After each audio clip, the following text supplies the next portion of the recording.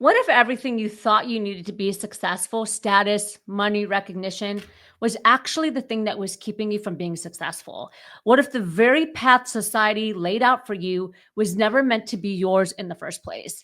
Today's guest, Sydney Ryker, knows this journey all too well. From building an 8-figure global business to completely redefining success on her own terms, Sydney has shattered the illusion of having it all and stepped into something far more powerful: authenticity, alignment, and purpose. But it wasn't easy.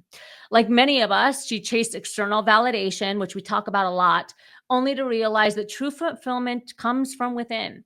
Through a fusion of Eastern philosophy, Western ambition, and a radical mindset shift, she uncovered the deeper meaning of success, one that has nothing to do with titles or bank accounts and everything to do with who you are.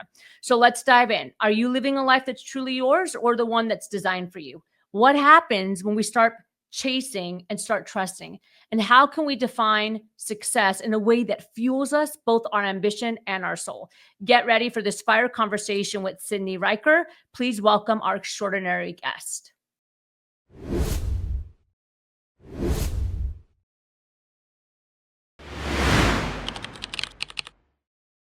Hi, Sydney. How are you today? I'm doing so great. Very excited to be here with you. Thank you. Thanks for joining the Rise Up For You podcast. So we met we met in Vegas, right? I always like to tell the audience kind of how we connected, because typically when I run my podcast, I bring on people that I've met in person that are really fascinating, or that maybe I've seen online, and I want to have a conversation. So I think we met in Las Vegas at an event with Todd Altman and Bill Walsh. Is that right? Yep, at Risk On 360. Yep. That's right. That's right. Fantastic. So I'm super excited to have you here, but tell the audience a little bit about who you are and what you do in your own words, and then we'll really jump in. Yeah, so I'm obviously Sydney Ryker. I got started in business when I was early 20s. I'm, entering my 30s here this year, and got started in the social networking, really community, I guess you could say. Network marketing was the industry that I was in. And I got really into the world of sales and leadership and building sales teams. After about 7 years of building a multiple, 8-figure sales organization, I guess at that point, went on to build a sales and recruiting agency where we basically duplicated that for 8-figure sales teams. Since then, I've been doing everything: traveling, speaking, writing on a variety of different topics, anything from, sales team, a lot of the masculine stuff, and a lot of the soft skills as well, incorporating spirituality, how to have balance between, the masculine and feminine in a business, all of it. So writing a couple books right now, and, we're having a fun time. I love that. Okay, we have a lot to talk about, especially when it comes to the sales. And I think I even want to tap into the masculine, feminine energy. But tell us kind of how you got to where you are. I always say, take us back to when you were in high school. Who was Sydney in high school? Yeah. So, right after high school, essentially I went to school to become a high school teacher. I was like, I don't resonate with anything in college. There's literally nothing I want to do in college to get a degree. I'm like, this is just not my way. But in Montana, there was no entrepreneurship, courses or anything like that. So went to school to become a high school teacher, PE teacher. And once I graduated, I was like, I need to get out of Montana and move somewhere else. And so I was really into fitness at the time. I was a professional bodybuilder, and I decided to buy a one-way ticket to California. And I happened to call the only person that I knew that lived there. I barely knew her. I knew from Instagram. I dialed her on Instagram. And I was like, hey, I had like $50 to my name when I moved across the country. And I was like, hey, I'd love to buy you dinner. So I took her to dinner. And by the end of the night, I had enrolled her into this idea, really sold her on this idea of me moving in with her and her mentoring me in business.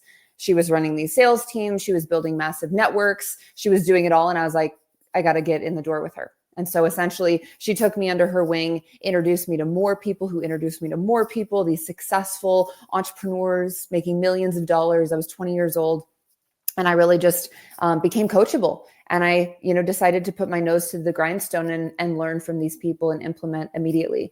And so that's really how I got into this world of sales. And, I started I hate to say humble beginnings. We all did. But I was sleeping on a mattress on the floor for 2 years. I didn't eat anything except for protein shakes and beans out of a can. I was a struggling entrepreneur. And so I've really been through, all of those difficult seasons of life, and can relate to those who have gone through it or, are going through it right now. So I want to steer the conversation in a little bit different direction based off of what you just said, because earlier you said that you were in your late 20s, right? Getting into your 30s.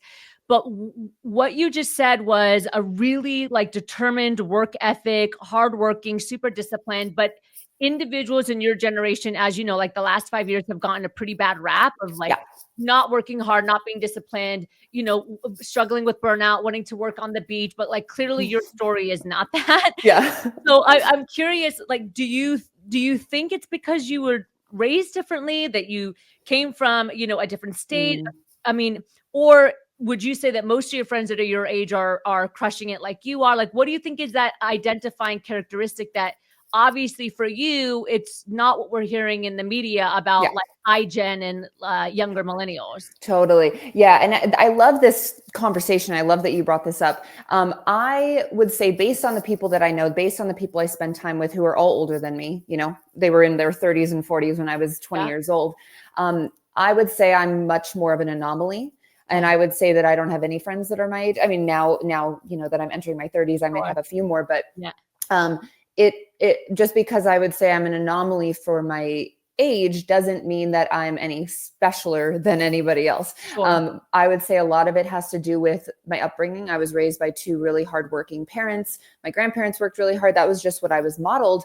But it swung, if we're going to the feminine masculine, it swung really far to one side where I found all my worth in my ability to succeed. And I think that's where a lot of people go wrong. So I have always loved working. I don't even know what else people do with their time if they're not working. It's like, what are you doing? Not growing, not transforming. What are you doing? And so that's always been my mindset. I've just been addicted to the game because what else are we doing here on earth if we're not, bettering ourselves and then in turn bettering other people? Yeah. So let's go back a little bit, because you touched on something that was really important. You said that you like swung all the way to the extreme side of things where your worth was basically defined by your accolades, your success, your work. Mhm. Am I accurate in saying that you brought that back, or do you still struggle with it? What was like the Mhm. epiphany for you to realize that like that's not the way to go? Yeah, I hit rock bottom. It was like 27 years old. I was 20, this was only a few years ago. And Yeah. I had it all, right? I was like making money, traveling. I was living nomadic. I was all over the world. I was speaking on stages in front of 10, 15,000 people every couple months. I just was living the dream. So you could say, and it wasn't until I had a business partnership and a best friend kind of go south. It was just like a lot of things happened at the same time that woke me up. And it slowed me down enough to realize that the way that I was operating wasn't necessarily sustainable for me as a woman. And just what I was starting to realize that I was valuing, right? At the end of our 20s, early 30s, that's when we all start to reevaluate what we really do value. And I was doing that. And so I basically took a complete year off. I shut down both my businesses. I was like, you know what? I'm going to learn how to operate in this world without needing external validation to be okay and to drive me. Because my driver was, the grades. And then it was like parents' approval. And then it was teachers' approval. And then it was all these, I came into this place of myself where I was like, I'm not even doing any of this for me. I'm Yeah. just driven for the sake of being driven. And I think a lot of people reach that pinnacle in their career and they have all this money and success. And they're like, what was it even for? And so it was a year of self-reflection, self-discovery, a lot of healing, and going slow and slowing down. So now that I'm coming from a different place, I can really speed up. Yeah, I love that. When you were talking, it kind of reminded me of a similar story with myself. I had an epiphany at 27 too. Funny. Because I was very strong, and I would say more in my masculine energy, but I was in the performance space. So I was like singing and dancing and like super competitive, Oh, And then when I was 27, my father passed away unexpectedly. And that was a really big turning point on like, what does it mean to live a life that you're proud of? There's no day but today. That's from a musical called Rent. And like all these yes. things started to, all these things started to come up in my mind that really just got me to reflect on, what kind of person do I want to be? How do I want to show up? What does success mean as a person?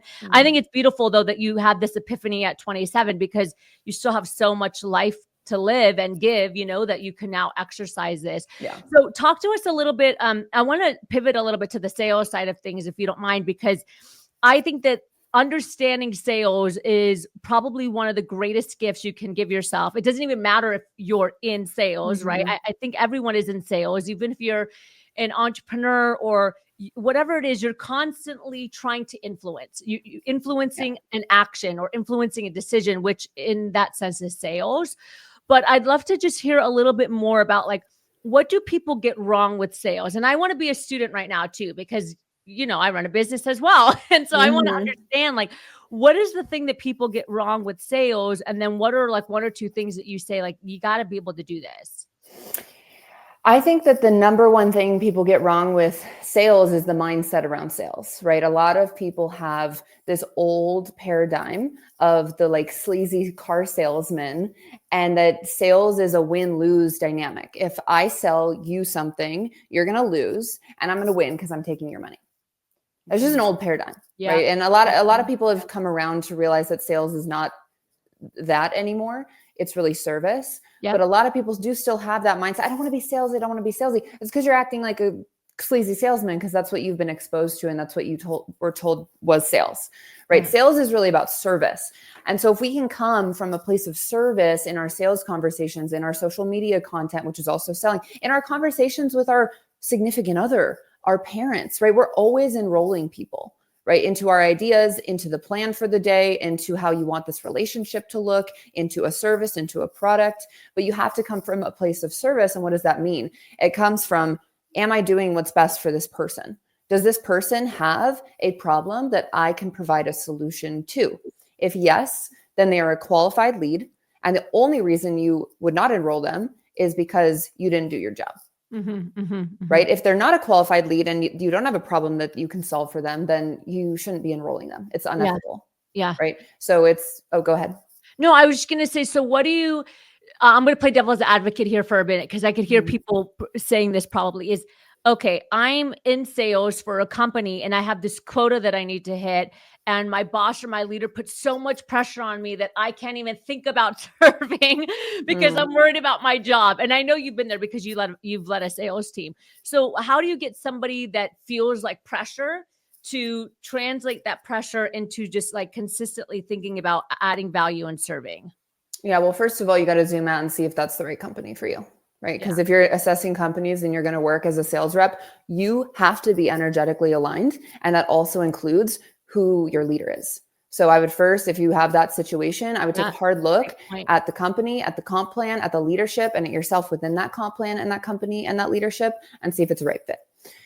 If you say, yeah, it is, and they're putting this pressure on you, the thing to always remember in these roles is there's always going to be external pressure, like I talked about earlier. Is that worth sacrificing for your own health and wellness? What you need to identify within yourself is, what is your personal goal? What are your goals? And how can you help the company, again, enrollment, sell the company on, hey, this is my goal. This is going to be my role within this company. Does that fit with you guys? Can that get us to where we're going as a company, right? It's actually not even about, it's getting right with you and your company, right? Because if you're right with you and your company and your leader, you will go work hard for that company, right? If your goals, if you can see how your vision and your goals align with a bigger company's vision and goals, you're going to work hard for them, right? And this is the same for leaders. You need to make sure your team, you know their motivations and you know their goals. But when you're going into, if you can do that, right? If you can align with the company, if you can align with your own goals within that company, then, it's part of the fucking game. It's part of the game in sales that you got to hit your numbers. If you can't handle that, sales is not for you. It's just not. And it's not for everyone. A lot of people think high ticket sales is easy. It's really not. It's actually a very challenging skill. And that's why I always say all of it comes back to energetics. You just have to be so aligned, because if you're aligned with all those things, you will want to wake up every single day and work hard. Right. But it takes constant enrollment of others and yourself. And if that's not for you, then that's not for you. Go find something else. Really. Yeah. I'm going to ask a super random question, but again, I'm just kind of reflecting as you're talking. Are you a fan of like bringing somebody on in sales and starting them off with commission to start to prove their point or to prove that they can do it? Or what are your thoughts on that? It totally depends on the company, but every sales role I've ever been on, any sales role I've managed, It's 100% commission only.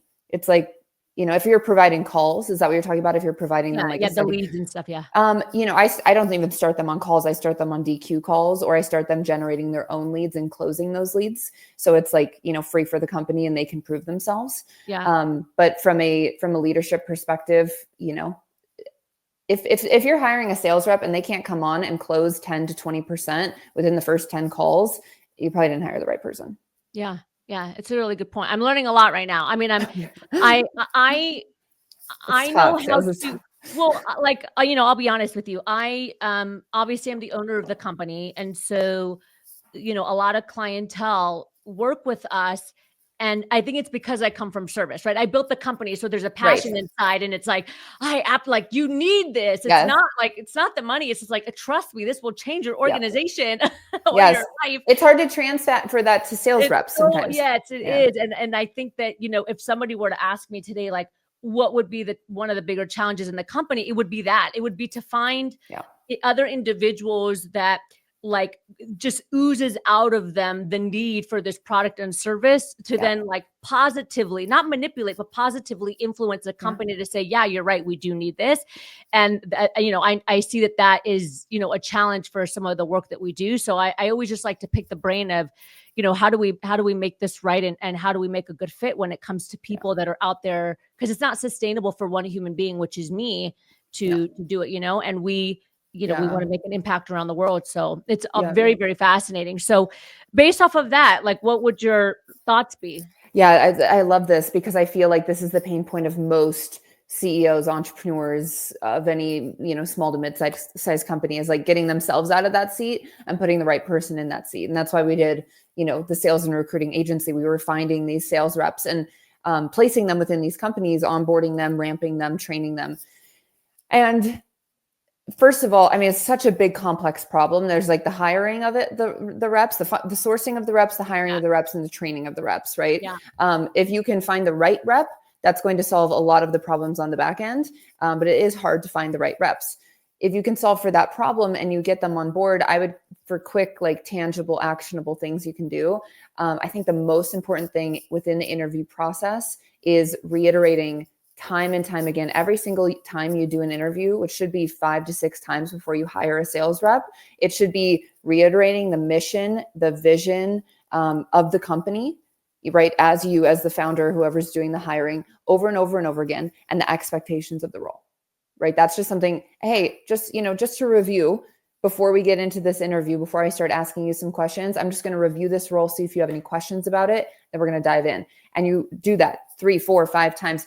What I learned is it takes 7 times of the founder, the CEO, the sales team leader saying something to an employee or a sales rep for them to believe that it's important. 7 times. And some of us as leaders, we say things twice and we're like, how the fuck are they not getting this? Or one time. So when I heard that, I was like, oh, I am not saying things enough that I deem important. So what I see with the founders is you need to be instilling that into them, or whoever's training them, over and over and over. This is our vision. This is our mission. Here, listen to me say it in a sales call 40 times, right? It's like reiterating that over and over and over again. And that happens from like even before you're doing the interviews, right? And emails and things like that. That would be the number one thing, is reiterate the things you want more of, which is getting them really excited about the vision and mission. And then throughout the interview process, you're going to be able to tell if they're actually excited about it or if they just want a sales job. Yeah, I love that. Thank you for sharing that. So talk to us a little bit. You mentioned earlier about some of the energy that you had, like the masculine versus the feminine energy. We're going into, Women's History Month, International Women's Day. And I think this is a big topic of conversation for, I believe, women that are high performing, right? Like they take action, they drive forward, especially when they're running a business. They tend to be more in their masculine energy. Talk to us a little bit about how I don't want to say balance it, because that's not always realistic, but how you kind of nurture both sides. And I like to say use emotional intelligence to define, like, when do I use it and when do I turn it off? And when do I, you know what I mean? It's such an art. And it's like, for me, such a learning practice, because I've been more heavily swayed toward the masculine until recently. And then I went full feminine. The thing that you'll notice, the balance doesn't exist. It's on a sliding scale. Right. And it's all about discernment. But what I've actually found and discovered for myself is it's the discernment to find out when needs what, Yes. right? When do I need to be masculine? Do I need to be masculine in this meeting? Do I need to be hard charging? Could I actually let somebody on the team who is a male step into that and fill that space right now? And can I just be more of a supporting space holder?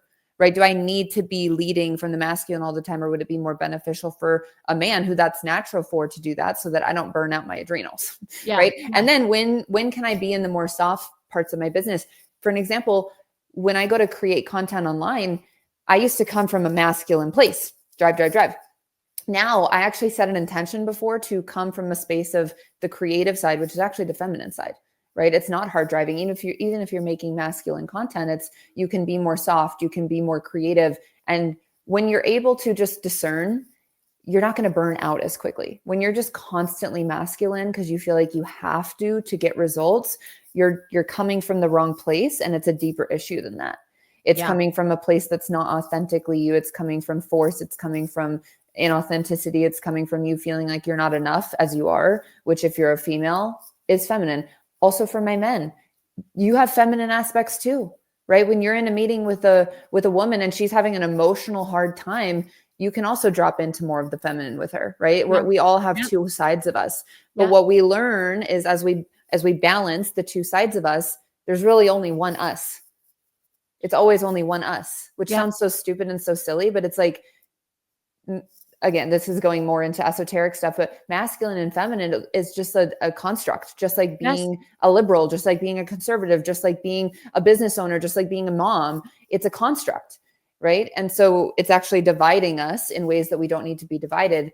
And the less I think about, am I being masculine or feminine, and I'm just being myself, the less stressed I am and the more happy and the more energized I am each day. Yeah. I totally agree with you because I think as you were mentioning, it's like an energy. It's an energy, and we all have different types of energy, and using the discernment and using emotional intelligence to read the room or read the situation and ask myself, okay, where do I need to be more assertive? Where can I just like sit back a little bit? And I agree with you, because we spend, I would say we work a good portion, probably about 50% of our clientele are women. And one of the biggest challenges that they have is that they overcompensate. And you said it, they overcompensate because there's still this scarcity mindset that only one person can be in the room that's a woman. And therefore, like, I have to like go after it, not recognizing that there's plenty of space for everyone. And just show up as your best, put your best foot forward, and it will happen for you. Yes. So yeah, I love this conversation. I think it's what made you, I guess, what made you self-aware to that? Like, how did you know that, okay, I was going way too extreme? Well, I was burnt out. I was so burnt out, and it wasn't stopping. No matter how much I rested, I wasn't not burnt. I was always, but there's a book that I would, if I have so many books I could recommend to people, but this is for women. The number one book you should read if you are in relationship with a man, or you work with a man, or there's a man in your life. Okay. It's called The Queen's Code by Alison Armstrong. So everyone, all women. I have not heard of this. Okay. So Amazon, I can send a link for you guys. It changed everything about the way I am as a woman and working with men in relationship with my partner, my dad, right? Every man in my life, I see completely differently because of that book. It will change your life if you let it. But the biggest mindset shift I had in that was it's told through a fictional story, but it's very educational. And the woman learns through the story that if she actually lets men help her at work, she's going to not have to be in her masculine, and all the men are actually fulfilling their desire to be providers. And by women, if we are taking that away from them, we're literally taking away their reason for being, and we're just crushing them. And the more that we want to be feminists and crush men, the worse our life is going to be. The more we can raise men up to be who they naturally are, and in turn be who we are, which is the beauty of the world, which is creation, the source of all life. Within our work as well, there's going to be more harmony and balance in our career and in our personal life. And understanding how the male brain works because of that book changed my entire life. I love that. I'm for sure going to get it. I'm getting married soon. So yes, it'll help you so much. Yes, but it's interesting because I find myself when I am with my fiance now, my energy does switch naturally. Totally. It's just, that's what feels right. Like, I don't feel like I need to be like dominating. Like, when I'm working and I'm in a competitive state, that's when I use that energy. But when I'm with my partner, and that's how I knew he was the partner for me, is that I was like, oh, I feel Yes. so. You're like, I'm a soft little flower. Yeah, absolutely. I love this. Thank you. Thanks for sharing the book. We'll put it in the show notes as well. I would love to jump into the power section of the interview with you, Sydney. So I'm just going to ask some like rapid fire questions. Cool. So the first question that I want to ask you is, we call it the golden nugget. If you were to leave the world with one final message, what would that be for you? Oh, that's so tough. Surrender. Surrender to the unknown, and surrender to the trust that you cultivate in the universe, and know that it is working with you and for you. God, the universe, whatever it is you believe, just learn. The more we can learn to surrender, the more things open up, the more things flow, the more we are given, and the better life is. I love that. Fantastic. My second question for you is, what's something that just makes you cry on demand? Just like instantly you start to cry. Anything? Oh, no, I'm not a crier usually. What does, like a good, like really, what does make me cry? I don't know. I don't think there is anything that makes me cry. That's okay. Yeah, I'm emotional, but I'm not a crier. No, that's okay. A good book. I have a good book I read. It was called A Court of Wings and Ruin. It was a Sarah J. Maas fiction book that made me cry. Even thinking about that makes me cry. One question that I always love to ask, because it's something that we talk about a lot within the company, is self-confidence. It's one of the top soft skills that most people struggle with. If you were to rate yourself 1 through 10, 10 being amazing and 1 being danger zone and self-confidence, what score would you give yourself and why? I would give myself a 10 now. And the only reason is because I used to be extremely self-conscious and lack a lot of confidence. But I do not care what others think of me anymore. And to me, that is like pure freedom and confidence. Yeah, I love that. I have one more question for you, but before I ask, tell us a little bit about where we can find you, where we can, social media, anything at all. Yeah, so you can go to Instagram, TikTok, Sydney Ryker, Ryker, and I have a website, Sydney Ryker, as well. And then I'll be launching all of my books actually under a pen name, but that's all on my Instagram too. Okay, cool. Great. And we'll make sure we put that in the show notes. Final question for you is, as you know, the company is called Rise Up For You. What comes to mind for you when you hear that phrase? Step into your power. Do not be afraid to shine your shine. Do not be afraid to shine your shine, because no one else in the world can do it just like you. It is time for you, whoever is listening, to rise into the highest version of yourself. Stop playing small. Rise up. I love that. I love that. Stop playing small. Sydney, thank you so much for joining us. It's been an honor to have you on our show today. Thank you so much. It was such a fun time. Thank you. Thank you. And thank you everyone for joining the Rise Up For You podcast. Every single week, as you know, we are bringing you brand new episodes with thought leaders, entrepreneurs, executives from around the world. And our sole focus is to help elevate you to be your absolute best. Thanks for joining us, and I'll see you next time. Thank you, Sydney. Hey, welcome to the Rise Up For You podcast. This is your host, Nada Lena Nasserdeen, also the CEO and founder of Rise Up For You. I want to remind you just a little bit about what we do. My team and I are working with organizations, leaders, and entrepreneurs around the world to enhance company culture, performance, potential, all through soft skills. So if you're anything like me and you love to push your potential, you want to be high performing on a day-to-day basis and truly have it all as an individual and as a business, check us out and make sure that you sign up for your free informative call. We have an amazing team of trainers and coaches that are here to serve you. And let's be real, it's hard to do things by yourself. We all have blind spots, including myself. And sometimes it's just that much easier when you have a coach, when you have a mentor that's by your side, cheering you on and helping you and your team get to the next level. Okay, my friends, don't forget to sign up for that call, whether you're a leader in the workplace or an individual looking to grow yourself. We're here to serve you.